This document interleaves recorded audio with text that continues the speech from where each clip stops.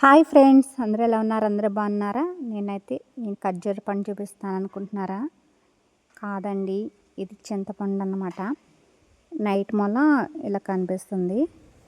Summer వచ్చింది కదా, start అయింది. ఇంకా పనులు కూడా స్టార్ట్ అయినాయి అనమాట. వడియాలు, బొడిగుమ్మడి వడియాలు, చింతపండ్లు, ఇక నుంచి కారాలు, అంతా ఫుల్ బిజీ అనమాట అండి. ఒక పక్కన ఎండలు, ఒక పక్కన ఇంట్లో పనులు కూడా బిజీగా ఉంటాయి అన్నమాట.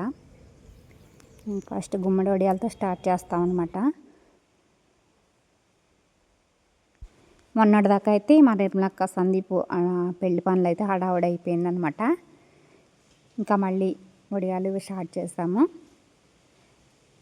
కొనుక్కోవడం అంటే ఈజీగా ఉండే వాళ్ళకి ఈజీగా ఉంటుంది. కాకపోతే అమౌంట్ అమ్మేవాళ్ళు పెట్టేది వేరు, మన ఇంట్లో సొంతంగా తయారు చేసి పెట్టి అమ్మాలంటే కొంచెం కష్టం అన్నమాట. ఎందుకంటే మనం తక్కువ పెడతాం కాబట్టి ఇంకో మనిషిని పెట్టుకోవాలంటే కుదరదు.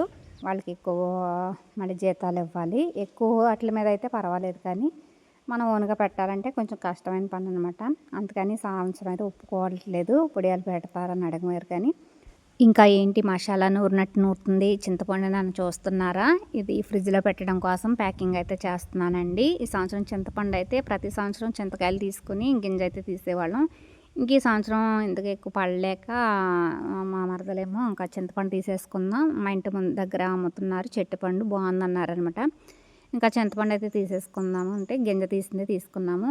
అయితే ఫ్రిడ్జ్లో పెట్టడానికి నొక్కడానికి చేస్తున్నాను అనమాట. మా మరదలు అయితే అంది, ఇదివరకు అయితే వెనకట్లో మా అమ్మ వాళ్ళు అయితే జాడీలో కుండలో అలా నొక్కేసేవారు అనమాట, ఉప్పేసి. నువ్వు కూడా అలా నొక్కేసాయి, పెద్ద పని ఉండదు, ఎందుకు అంత ఇబ్బంది అంత కష్టం ఉంది. అయితే వెనక రోజుల్లో ఉండట్లేదు కదా, ఇప్పుడు అంతా మారిపోయింది. గాలి మనం పీల్చే గాలి నుండి తాగే నీటి నుంచి అంతా కూడా మారిపోయి ఇదివరకు అట్లాగే ఉండట్లేదు. బయట పెట్టుతుంటే పాడైపోతుంది, అన్ని ఫ్రిడ్జ్లో పెట్టవలసి వస్తుంది. పైగా మేము తీసుకున్నది ఎక్కువ చింతపండు అనమాట. మేము ఎక్కువ చింతపండు వాడతాం, అండ్ పచ్చళ్ళకి అది కూడా ఎక్కువ వాడతాను అనమాట.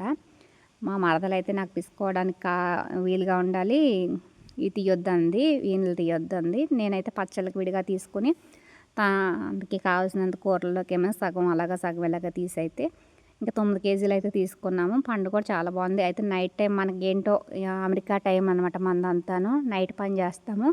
అందుకు ఎక్కువ నా వీడియోలు కూడా ఎక్కువ నైట్ ఉంటాయి, అందుకు కొంచెం క్లారిటీగా కూడా ఉండవు అనమాట. ఇంకా నాకైతే తీయడానికి 2 రోజులు పట్టింది. అంటే మనం అంత ఫాస్ట్గా చేస్తాం అనమాట ఏ పని అయినాను. ఇంకా నైట్ టైంలో చేస్తాం వల్ల ఒక 2 రోజులు అయితే సదిరాను. ఇప్పుడు ఏమైందిలే, కష్టపడితే ఒకరోజు కష్టపడవచ్చు. మామూలుగా అంతా ఒకే ప్యాకింగ్ చేసేయచ్చు, కానీ ఒకే ప్యాకింగ్ అయితే ఇబ్బంది అవుతుంది తీయడానికి, మళ్ళీ లాక్కోవడానికి పెట్టుకోవడానికి ఇబ్బంది అవుతుంది. ఇలా ఏ పావు కేజీ కవర్లో ఆ కవర్ నిండి వేసేసి ఫ్రిడ్జ్లో పెట్టేసుకుంటే మనం తీసుకుని ఆ కవర్ చింపేసుకుని కట్ చేసేసుకుని మనకి ఎన్ని రోజులు వస్తే అన్ని రోజులు వాడుకోవడానికి వీలుగా ఉంటుందన్నమాట.